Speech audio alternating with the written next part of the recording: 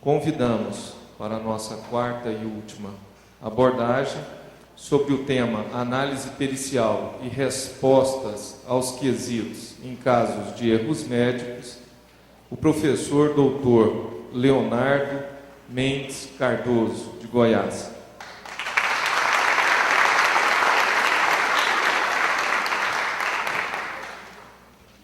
Professor doutor Leonardo Mendes Cardoso é médico legista, é médico especialista em medicina legal pela Associação Brasileira de Medicina Legal e Perícias Médicas, ex-presidente do Comitê Técnico Científico da BML, full member da Academia Internacional de Medicina Legal, membro fundador da Associação Goiana de Perícias Médicas, da qual é presidente do Conselho Técnico Científico, professor da Faculdade de Direito da Universidade Salgado de Oliveira, Universo, e mestre em Ciências da Religião.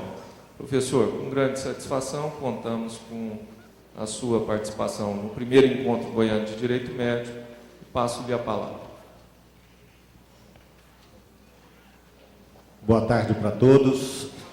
Eu vou ficar um pouquinho mais caminhando aqui, porque eu sou taquipsíquico, tá? Eu não dou conta de ficar quieto. Como nós tivemos um problema técnico, enquanto o Marcos Mendanha faz a substituição do material para fazer a minha projeção, eu quero dizer para vocês que é um prazer enorme estar aqui e que eu fico, de uma certa forma, muito honrado, mas de uma certa forma muito chateado por estar aqui. Primeiro, porque eu estou vendo uma presença bastante significativa de advogados, médicos, farmacêuticos, psicólogos e outros profissionais. Chateado por quê? Porque eu convidei todos os meus alunos da universidade para estarem aqui e eu tenho aqui uma presença de 6 ou no máximo uns 10 realmente interessados e que compareceram. O que demonstra que existe muito pouco compromisso ainda do alunado, não só aqui em Goiás, mas no Brasil todo, com conhecimento. E isso é ruim, porque oportunidade como essa, de estar aqui para escutar a professora doutora Hildegard, doutor Carlos Márcio, professor doutor Miguel Kfouri Neto, e eu, as pessoas perdendo uma oportunidade como essa, então nós vamos tentar, sabe, vamos tentar fazer alguma coisa aqui. Bem, eu vou partir direto para o assunto, porque nós temos muito pouco tempo. Pode fazer para mim a projeção do primeiro, por favor? A primeira coisa que a gente tem que evitar é entender a medicina legal como sendo a medicina de IML. Segunda coisa, evitar entender a medicina do IML como medicina dos mortos. A menor parte dos casos que está dentro dos IMLs é de mortos. Porque nós temos lá constatação de embriaguez, lesões corporais, crimes sexuais, envenenamentos, etc., etc., que não estão mortos. Então existe muito esse equívoco. A medicina legal é a medicina a serviço da justiça, ponto. A partir do momento que ela está a serviço da justiça, ela pode ser previdenciária, securitária, pode ser o direito médico e etc, etc. Tá? Então, a primeira coisa é essa, não fazer essa análise equivocada. Todas as áreas do direito vão ter que se valer, ou praticamente todas as áreas do direito vão ter que se valer do concurso da medicina, naqueles casos que envolvem as questões médicas. Por exemplo, eu trabalho para o Juizado Especial Federal com causas contra o INSS. Eu faço erro médico para varas cíveis. Às vezes eu tenho que me valer do CDC, do Código de Defesa do Consumidor, e etc. E daí por aí vai. Próximo. No direito penal, por exemplo, nós temos as perícias em cadáveres, lesões corporais, etc. No direito civil, questões relacionadas com erros médicos, danos morais, sucessão de bens. No direito trabalhista, nós temos as questões das doenças ocupacionais e acidentes do trabalho. No direito comercial e defesa do consumidor, adulteração de produtos gerando lesão ao consumidor. E vocês se lembram, nesse caso, daquele caso do Celobar, não é? em que um químico tentou alterar a fórmula do bário tóxico para o bário que é não absorvível, para questões de radiografias contrastadas, e sem experiência, sem pesquisa, sem nada, ele lançou no comércio um bário tóxico que acabou matando alguns e aleijando outros. Então isso também envolve direito de defesa do consumidor e direito comercial. Próximo. No direito penitenciário, questões relacionadas à sexualidade e psicologia do encarcerado. No direito desportivo, questões ligadas ao doping. No direito internacional, a questão do direito civil ligado ao estrangeiro no Brasil. Vocês vão se lembrar de casos que são emblemáticos para nós aqui em Goiás, que é o caso daquele basqueteiro norte-americano que cometeu suicídio no entorno de Brasília, o caso da Kathleen, que foi aquela menina que foi morta pelo maníaco de Corumbá, lá em Pirinópolis, e mais recentemente o caso do Muhammad Ali, que matou e esquartejou a Karamari Burke, que era uma cidadã britânica. Ou seja, nós temos aí questão de direito internacional, inclusive, envolvido. No direito canônico, a questão dos padres que comem criancinhas, não, estou brincando, não é nada disso. Na questão de canonização dos santos, né? Para se canonizar uma pessoa, por exemplo, o Papa João Paulo II vai ser canonizado por agora. Então precisa provar o milagre dele. Será que esse milagre existiu ou não? Tem que ter um médico ali para comprovar aquele milagre. Porque é um milagre, geralmente esses milagres são na esfera médica. Vocês não vão ver nenhum padre que vai ser canonizado depois de muito tempo de sua morte, porque ele está fazendo as pessoas ganharem na loteria ou na Mega Sena. Tá? Próximo. Então, a gente tem que entender a medicina legal como uma coisa um pouco mais ampla e tem que entender que o médico não é dono da verdade. O grande problema do médico, aquilo que a doutora Hildegard já tinha dito anteriormente, é a questão da arrogância, a questão do eu acho que eu sou o dono da verdade, semideus e etc.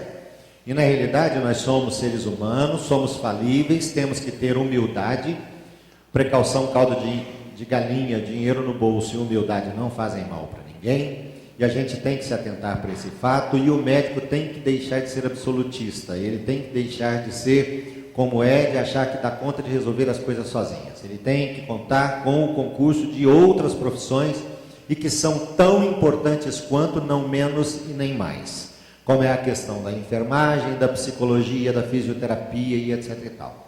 O Gutenberg, que é presidente do Sindicato dos Médicos em Brasília, ele sabe muito bem desse negócio de que quando vai haver perícia trabalhista, geralmente uma das partes indica um fisioterapeuta para acompanhar a perícia, e aí o médico perito geralmente recusa a participação dele porque ele é fisioterapeuta.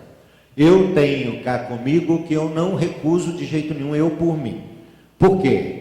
Porque se depois ele vai ter que fazer uma leitura daquilo e fazer uma contestação, se ele dá conta de bem contestar, eu não tenho medo de que algum não profissional médico entre junto comigo numa perícia, tá? O que a gente às vezes pondera é a questão do sigilo, mas a partir do momento que a pessoa ingressa com uma ação, ela mesma está abrindo mão do próprio sigilo. E às vezes o assistente técnico que está acompanhando é da própria pessoa que está sendo periciada. Então eu não vejo problema aí de acompanhar um psicólogo numa perícia psiquiátrica ou de um fisioterapeuta numa perícia médica. O que eu acho é que o médico que é perito é que tem que ter muita competência para fazer a coisa certa e não temer a presença de outro não médico próximo dele. Tá? Nós não podemos prescindir da genética, da anatomia patológica, da radiologia, da toxicologia e das outras perícias, como é o caso de local de crime, balística e etc. A gente tem que contar com isso porque é o conjunto que vai fornecer as provas materiais concretas para o julgador. Próximo. Vamos então agora falar daquilo que vocês estavam esperando, que é a questão da análise pericial e resposta aos quesitos em caso de erros médicos. Agora nós vamos ser mais pontuais, nós vamos ser mais diretos. Em primeiro lugar, devemos ter em conta que um excelente laudo pericial só pode ser feito após uma excelente leitura analítico-crítica de todas as partes componentes dos autos periciais. Em geral, eu vejo isso dentro das universidades onde eu leciono, inclusive nos cursos de pós-graduação.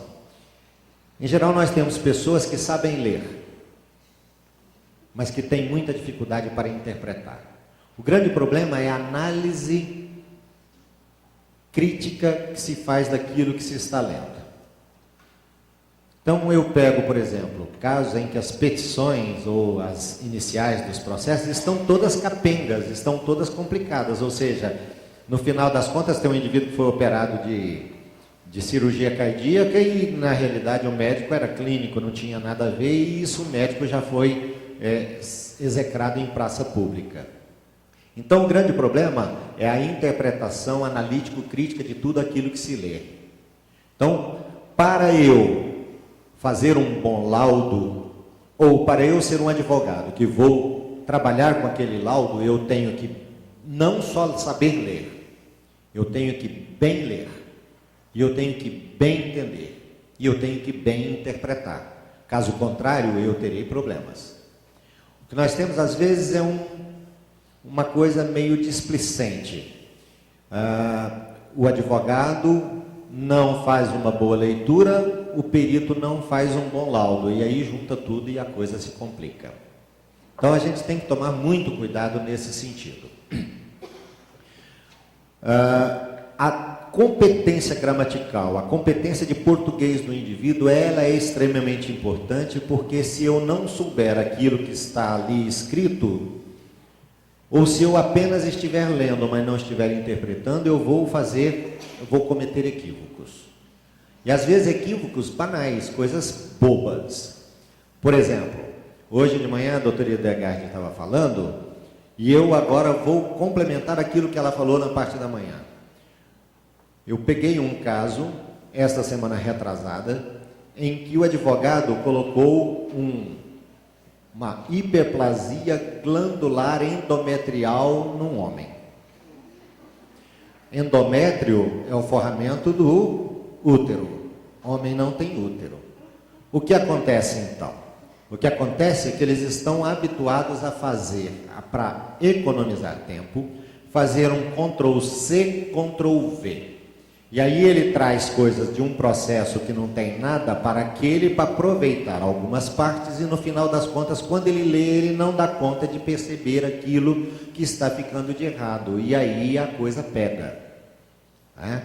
Então eu já vi coisas dessa natureza, mulher com testículo, homem com útero, Então isso vai acontecer por incompetência nesta parte de atenção e mesmo de uma leitura analítico-crítica. A outra coisa é a questão da disposição para o trabalho. O médico, tanto o médico, perito, que vai fazer o laudo, quanto o advogado, quanto o próprio juiz. Tem juiz que não lê o processo, ele lê, quando ele vai ler, ele lê pedaços, porque ele não tem tempo, que é coisa demais, e às vezes ele bota os estagiários para fazerem. Eu tenho aluno que é estagiário de algumas varas aqui, e fala assim: nossa, professor, eu estou satisfeito de estar trabalhando lá. O senhor sabia que quem faz a sentença sou eu? Mas falando com orgulho. E está errado. Por isso, às vezes, saem sentenças que você não entende. O que é isso? Então, tem que se ter essa disposição. E no caso do perito, mais ainda, porque o perito ele tem que pegar todos os detalhes. O mais importante não é só o que está na linha, mas aquilo que está também nas entrelinhas. E o perito tem que ter esse olhar de águia. Ele tem que ir muito mais fundo do que todo mundo, porque é a ele que compete desvendar aquele tipo de ocultismo que existe naquele rol de documentos que estão no processo.